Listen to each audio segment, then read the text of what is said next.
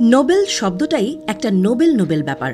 বিশ্বজুড়ে বিজ্ঞান, সাহিত্য ও শান্তির সর্বোচ্চ স্বীকৃতির পুরস্কার হল নোবেল।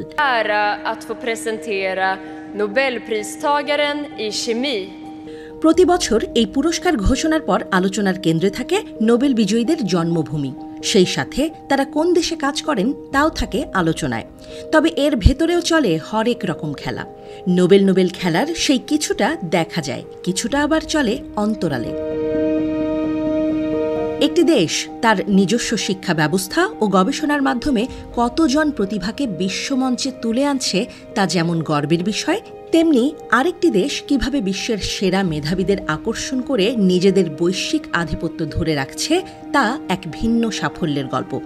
এখানে প্রশ্ন ওঠে, নোবেল পুরস্কার জেতার মতো মেধাবী তৈরি করে কারা, আর সেই মেধাবীদের নিজেদের দেশে টেনে আনে কোন দেশ? পরিসংখ্যানের দিকে তাকালে সেই প্রশ্নের উত্তর স্পষ্ট।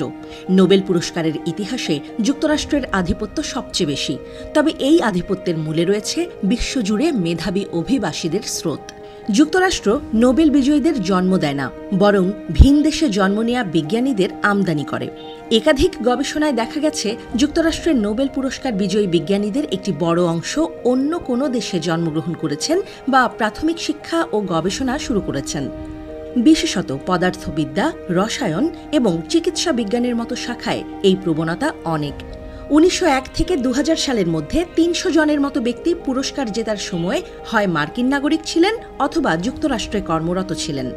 কিন্তু নোবেল পুরস্কার বিজয়ী মার্কিন নাগরিকদের প্রায় ১/৩ জন্ম অন্য দেশে। বিভিন্ন গণমাধ্যমের তথ্য বলছে, ইউরোপ ও এশিয়ার বেশ কিছু দেশ যেমন জার্মানি, যুক্তরাজ্য, রাশিয়া, চীন এবং ভারত এরা তাদের কঠোর ও মৌলিক শিক্ষা ব্যবস্থার মাধ্যমে অনেক প্রতিভাবান বিজ্ঞানীকে তৈরি করে।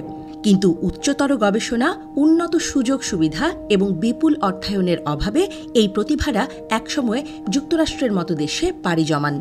যুক্তরাষ্ট্রের বিশ্ববিদ্যালয় ও গবেষণা প্রতিষ্ঠানগুলো এসব প্রতিভাবান বিজ্ঞানীকে সর্বোচ্চ বেতন, অত্যাধুনিক গবেষণাগার, সম্পূর্ণ স্বাধীনতা দেয়। ফলে একজন বিজ্ঞানী যে গুরুত্বপূর্ণ গবেষণাটি নিজের জন্মভূমিতে শুরু করেছিলেন তা শেষ করে নোবেল পুরস্কার জেতেন যুক্তরাষ্ট্রের কোনো বিশ্ববিদ্যালয়ে এসে। ইতোমধ্যে চলতি বছরের রসায়ন, চিকিৎসাবিদ্যা এবং পদার্থবিজ্ঞানে নোবেল পুরস্কারগুলো ঘোষণা করা হয়েছে।